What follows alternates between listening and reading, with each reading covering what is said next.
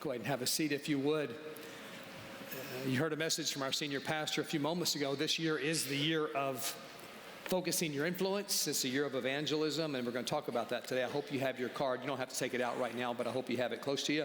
We'll talk about it. We're not going to fill this out today, but I'm going to preach kind of about this and what this is going to be about.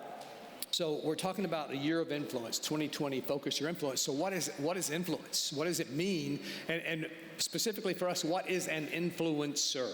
Now, forever and ever and ever, an influencer, if you were to define it, it'll be on the screen, is a person or thing that influences another. That's how we've traditionally thought about the word. But in the age of social media and all of technology and all the things out there, it's kind of taken on a whole new connotation. It's kind of thought of as when you use the word influencer, the younger generation, many of you in this room, think of that as a social media influencer. And let's define that. An individual who has the power to affect purchase decisions of others based on their relationship with their audience. In other words, someone has so much influence on social media that the people that follow him or her are influenced in their purchase decisions because of their power over their lives, if you will. And so that's the picture. In fact, so much so that they say this year in 2020 that the influencer marketing will be an $8 billion industry. Now think about that. What that means is that companies are willing to pay this year $8 billion to influencers on the internet, social media influencers that have X number of followers, $8 billion to get them to promote their product or their service. Now that's pretty incredible when you think about it. For instance, Estee Lauder, which is a big company, they make facial products for women and perfumes, things like Estee and Beautiful and Youth Dew and Private Collection. And if you wonder how I know those things, don't ask, but I know those things. But they make things like that. Estee Lauder has committed 75% of their marketing budget this year to social media influencing marketers. Isn't that amazing? 75%. Now here's the thing about influence. Influence is a powerful, powerful thing. And in fact, influence will make us do things that we would have never done had we not been influenced by someone. Sometimes they're good, sometimes they're not. It's true, this is a true confession moment for me. Don't laugh too hard, but look at the picture on the screen. There was a time I thought that looked good. Oh man, I think back to that day and my poor dad. I mean, he's a World War II vet. Can you imagine when I was walking around town with that? I mean, my dad was awesome, and he would say things like, you might consider a haircut, you may want to go to the barber. But he was never like hard on me, but it was like, looking back, I feel so bad of what I put my dad through having hair like that. And it's funny, that just happened for me. All I had to do was let it grow. I had teammates that paid to get their hair done like that. That's some bad influence. Now, what would influence us? I mean, seriously. I mean, now, before you laugh too hard, if you were honest, we could probably find some times in your life we'd pull up a picture. We could embarrass you a little bit, too. You may not look like a clown, but you get the picture. We're influenced by certain things. Like there was a time when guys would wear ties that were like this wide. And what was funny, the guys that wore ties this wide, they usually come to right about here. And that's a bad look, a wide tie. It just didn't. And then the GQ people the last few years, they went to a real skinny tie.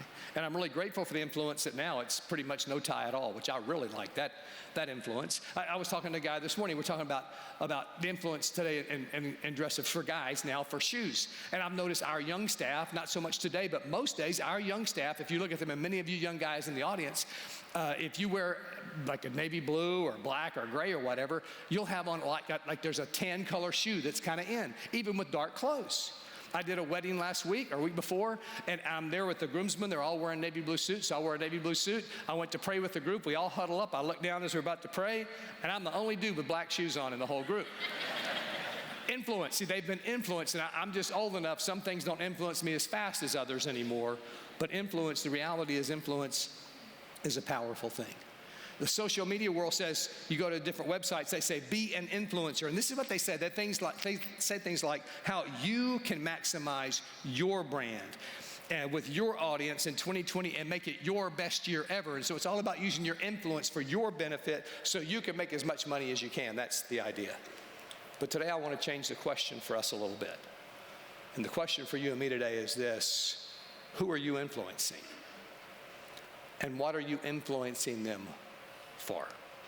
And that's what the year is all about for us at Second Baptist Church. It's what the video from Dr. Young was about a few moments ago. How can we really use our platform that God's given us, our influence, to make the biggest impact on the lives of other people? And by the way, when we make it on the lives of other people, it also influences our lives at that point as well. So we need to understand what it is God calls us to be an influencer for. And we find a very clear answer from Jesus in John chapter 4. He has a dramatic encounter with a woman at the well. We're not going to talk about that part of the story, though.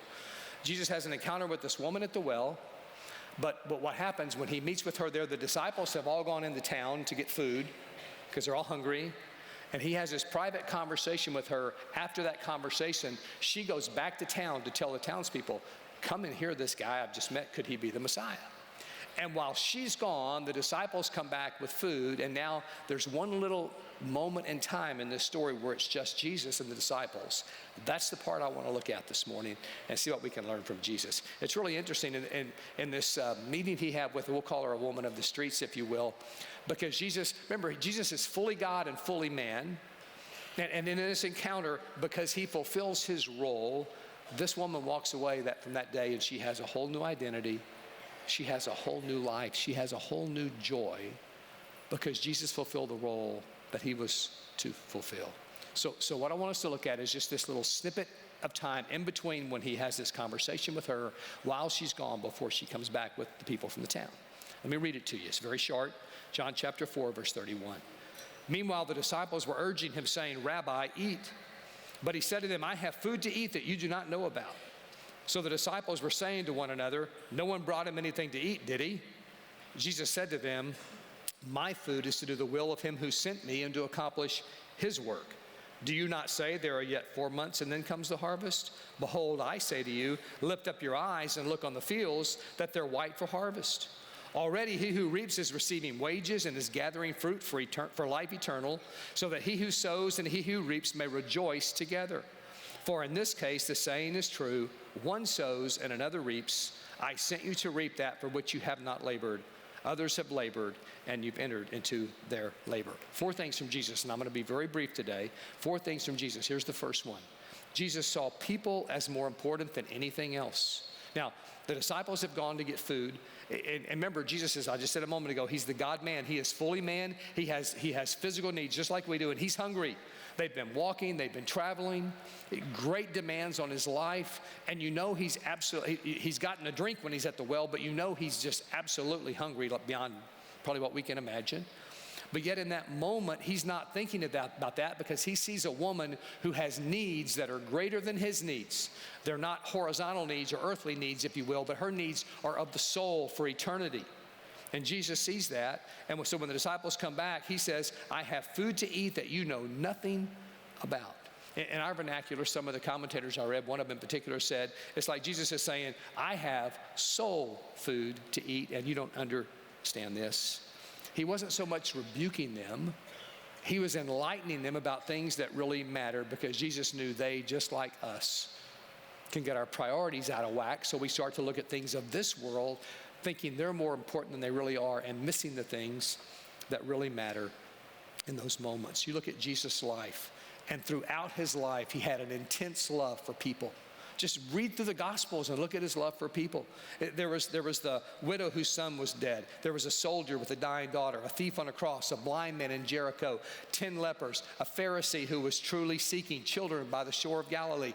All throughout the Gospels, you see Jesus' love for people, and you see it here again for this woman at the well. The great commandment, he told us, love God, love people, and that's our call.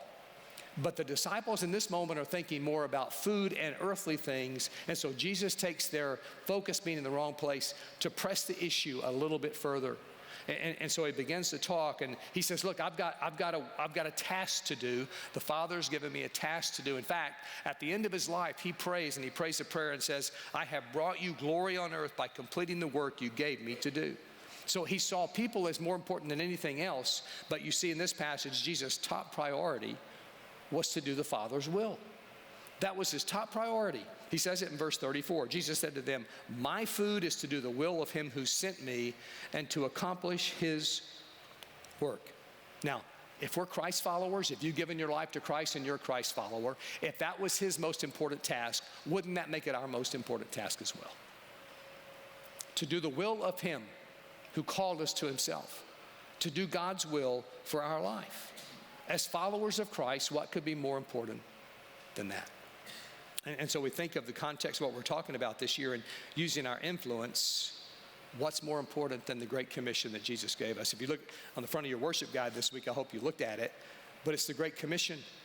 Jesus has been crucified, buried, he's been raised from the dead, and right before he ascends to the Father, he gives us the Great Commission. He says, go and make disciples of all nations. Well, why don't we do a better job of that? Now, let me talk about that for just a second. We don't carry out this command of making disciples for several different reasons. Let me give you the first one. The first one is, and it's not a bad reason necessarily, but sometimes we accept things that are good over the things that are most important. We have a great church. I love our church. I'm going to talk about it more in just a minute. But we have a great church, and we have great things going on here in worship and Bible study and all the things we do. But we can get so wrapped up and turn so inward, that's all we do. But the reason we have those programs and we have these studies is so that we can know him better, so we can know Christ and know him better, and then we can be obedient to him and go and live out that life. And part of that life is making disciples. And so we can turn so inward that we stop making disciples. Another reason we don't do it sometime, we don't share Christ sometime, is because we're just comfortable. We're comfortable where we are, and we don't want to take a risk to rock the boat, to change our situation, to make people mad. And so we just won't take a risk. And so we play it safe and we play it close to the vest. Another reason, and I think this one hits closer to home to more people than we care to admit, is this. We see this command of go and make disciples as, oh yeah, let's go over there. I'll pray for the missionaries. I'll go on a mission trip occasionally. I'll do this. I'll give money to this. But the reality is, this starts at home. The Great Commission starts at home, with my family, with my kids, with my parents, with my cousins, with my friends, with my next door neighbor, with the people across the street, with the people down the street, with the people at work, with the people at school. This Great Commission is for the people closest to us and around us. And if we don't do it there, we're missing the boat. We're not being obedient to God's call in our life. So that's why. Here's the third thing Jesus teaches us. Jesus looked at the world. I love this. He looked at the world through harvest eyes. Don't you love that expression? He looked at the world through harvest eyes. He looked at people, saw them, loved them, wanted to do the Father's will, but he saw the harvest was ready and plentiful, another passage says, and he saw the world through harvest eyes. Verse 35, do you not say there are yet 4 months and then comes the harvest? That was like a saying, like a proverb, but no one knows exactly where it came from. And he continues, behold, I say to you, lift up your eyes and look on the fields that they're white for harvest. And there's all kind of debate about what this means when he says about there are 4 months and then comes the harvest. It's a proverb. Was it a local thing? But the disciples must have said it. So it was a proverb. They didn't really know. There's all kind of thoughts about it. It's greatly debated, which is kind of surprising. But let me read you what Jim Henry says about it, especially at the end of this. Listen to what he says. He says, I think this is the scenario. The disciples came trudging to Jesus and said, Lord Jesus, it's tough over in Samaria. We've worked hard with little results. This is a hard situation, if not impossible. It will be at least 4 months before we see any harvest. While the disciples were complaining to Jesus, the woman at the well is on her way to Jesus with a large contingent of her village following her. Jesus saw what was happening. He said, in essence, listen, fellas, you say there are 4 more months until harvest. Turn around and look. The harvest is coming right now. Now, I'm not sure I agree with him in the interpretation. That may be what happens. We don't know for sure. But what he says next, I fully agree. Listen to what he says about the world. It's true for our culture today. He says, Jesus surveyed the world with an eye to immediate harvest. Many in the world are ready to be harvested. It only takes laborers. The up and out are ready to be saved. They've tasted all of life and they're still empty. The down and out are ready too. One defeat after another has left them in despair and they're looking for answers. The skeptics are ready. Their cynicism has left their souls bone dry and they're thirsty. Those who have never been told the good news are ready and often receive the gospel more readily than the calloused. The world is ready. Humankind's government systems, programs, and philosophies have been tried and found wanting. Jim Henry's right, but here's the question. Do you and do I have harvest eyes? Do we have harvest eyes?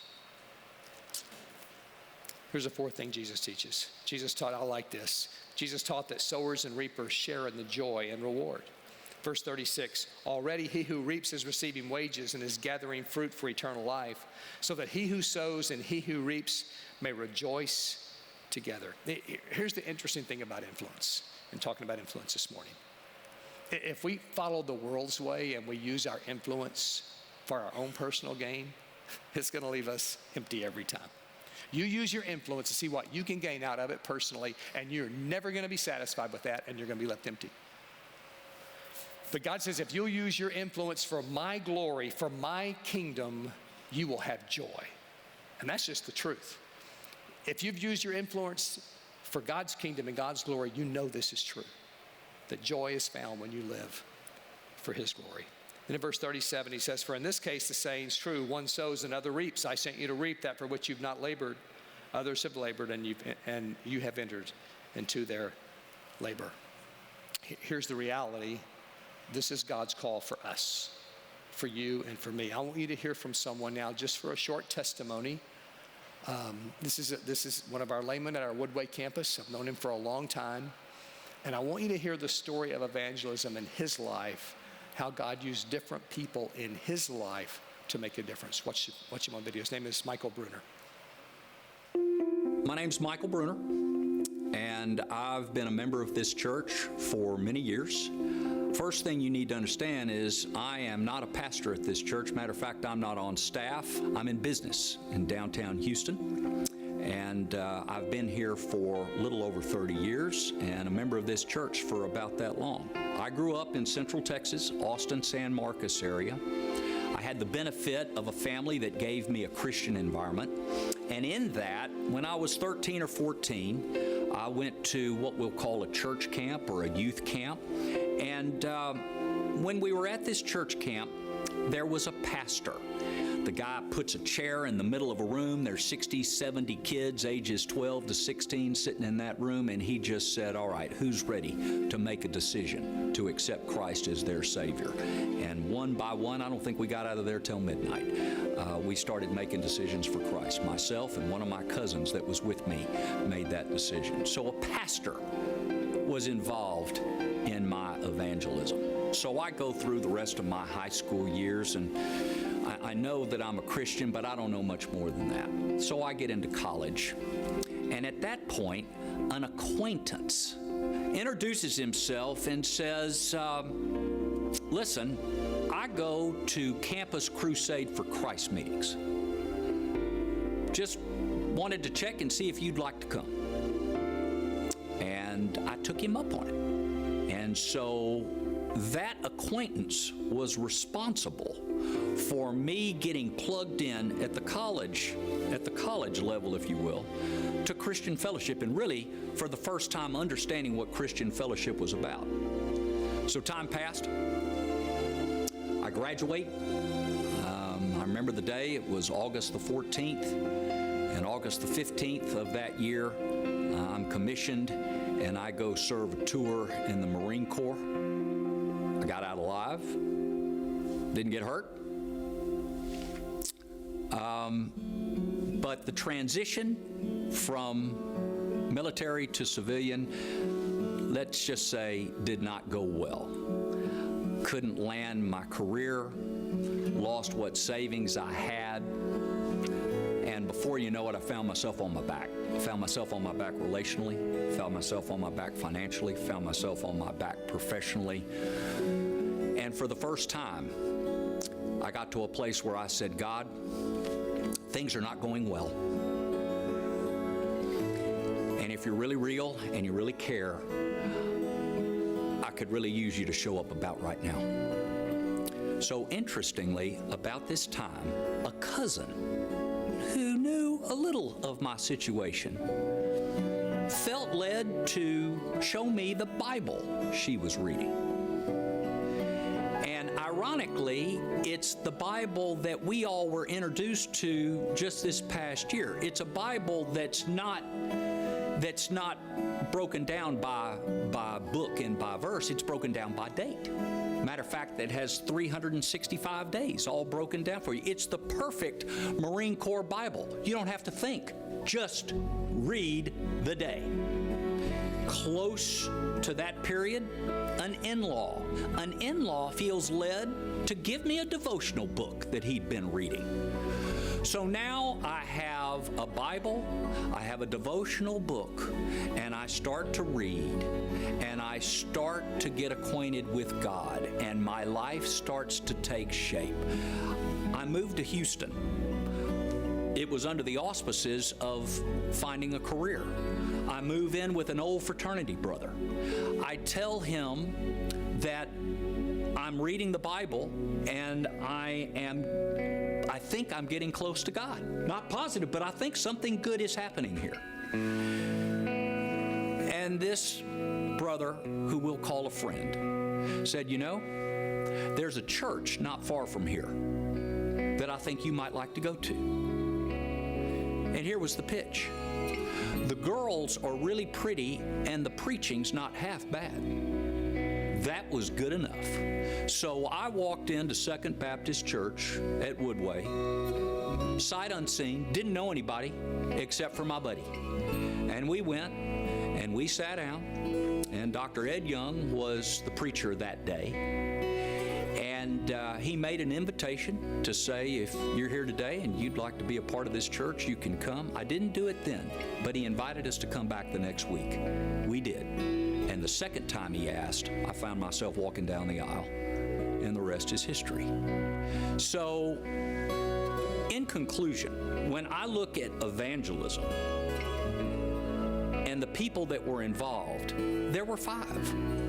A pastor, an acquaintance, an in-law, a cousin, and a friend.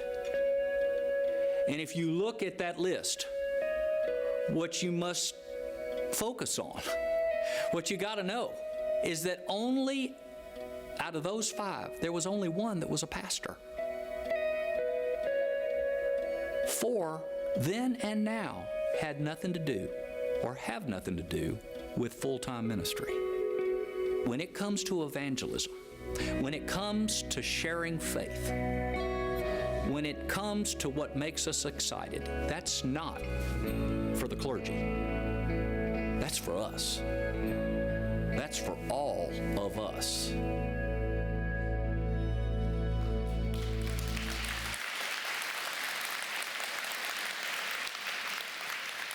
When I watched that video last night, it just hit me while Michael was talking about all those different people that influenced him.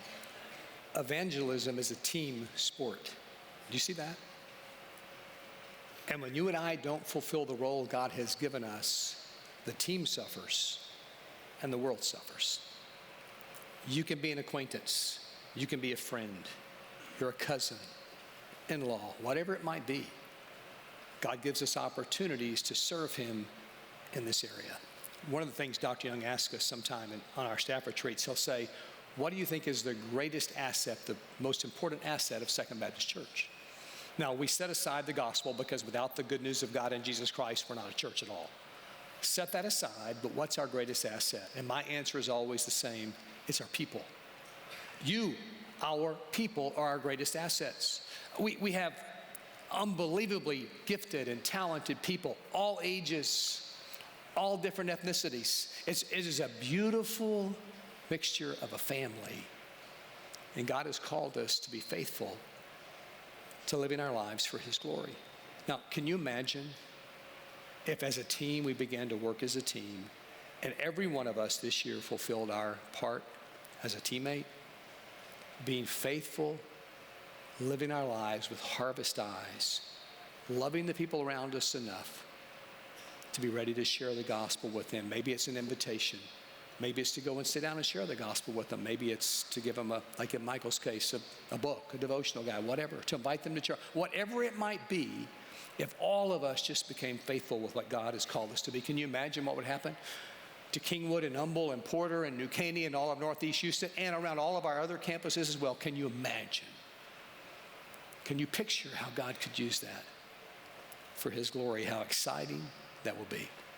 Now, to help us in this journey, this is not a program, but to help us fulfill God's call and to walk in obedience to his command, we're going to have a class, and you heard about it in the video a few moments ago, and Mark's going to come and tell you at the very end of the day how you can sign up. Let me say a word real quick before I talk about this.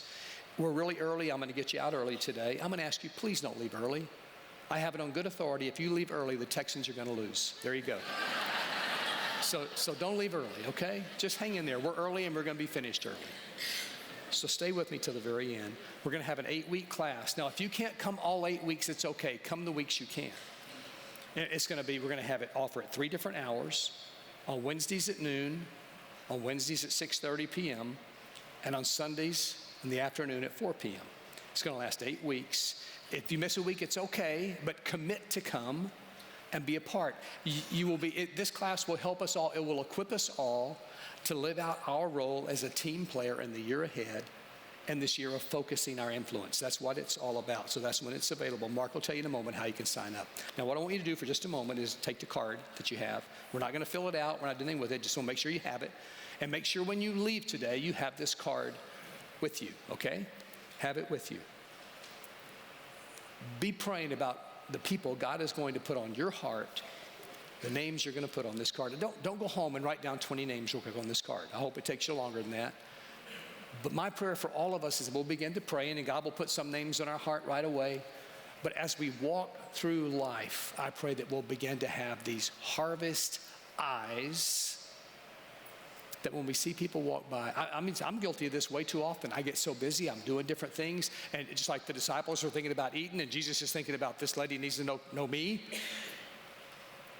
I get busy sometime, and I get running through life, and people walk right by me that I could have had a chance to influence with the good news of God in Jesus Christ. We all do, don't we? And I pray this year we'll have eyes that stop and see people like Jesus did. Let me walk through those 4 points again from Jesus' life. Look at them on the screen again. Jesus saw people as more important than anything else. God, help us do that. Jesus' top priority was to do the Father's will. We want to do that, don't we? We want to be obedient and do the Father's will. Jesus looked at the world through harvest eyes. I pray God will give us those harvest eyes. And Jesus taught that sowers and reapers share in the joy and reward. As we do this, God will fill us with joy. That's really, really, really good news. So what I want to do just for 1 minute, we'll just do this for 1 minute. I just want there to be silence, so please don't leave. I want there to be silence. And you pray, begin to pray right now, and just say, God, will you give me harvest eyes? For this year, for 2020, will you give me eyes to begin to see people like you see people? And then give me courage to take a risk, to step out and tell the truth in love in the year ahead. So let's just take a moment right now in silence. You pray.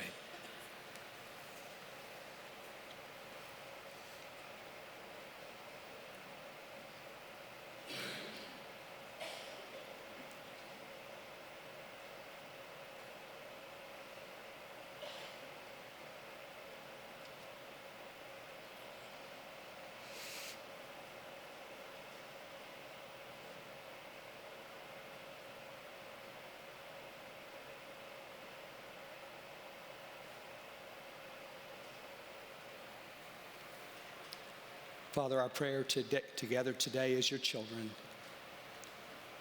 is that you will give us harvest eyes. Help us because of the love that you've given us. Help us to love people enough this year to risk, to love them enough to just simply speak the truth in love as you bring people into our lives. We ask this in Jesus' name. We're going to have a time of invitation. We do this every week. We open the doors of our church and we invite you to respond to what God is doing in your life. Perhaps you're here today and you say, well, how can I be involved in this? I've never given my life to Christ. I'm not a Christ follower. I loved it in Michael Brunner's video where he said, the pastor put a chair in the room and just set it there, and he said, well, we stay till midnight. You won't stay till midnight. I won't do that to you. But can you just kind of symbolically see a chair here? And that's your chair. Today you say, I want to give my life to Christ. I want to follow him. I want to know him. I want to have this kind of joy. this is your time to respond. If God's spoken to your heart, will you come? I'm going to ask you, I'm going to pray again in just a moment. And when I say amen, if that's you, you want to talk to someone today about what it means to know Christ, just stand and come down one of these aisles and shake one of these pastors' hand and say, that chair is for me. I want to know Christ. I want to follow him. Or we also open the doors of our church and we invite you to come. You want to be a part of this church family? This is your time to come too. You can come and tell one of the pastors, I want to become a member of Second Baptist. God's leading me here to be a part of this family. So if God's spoken to your heart today, this is your time to respond.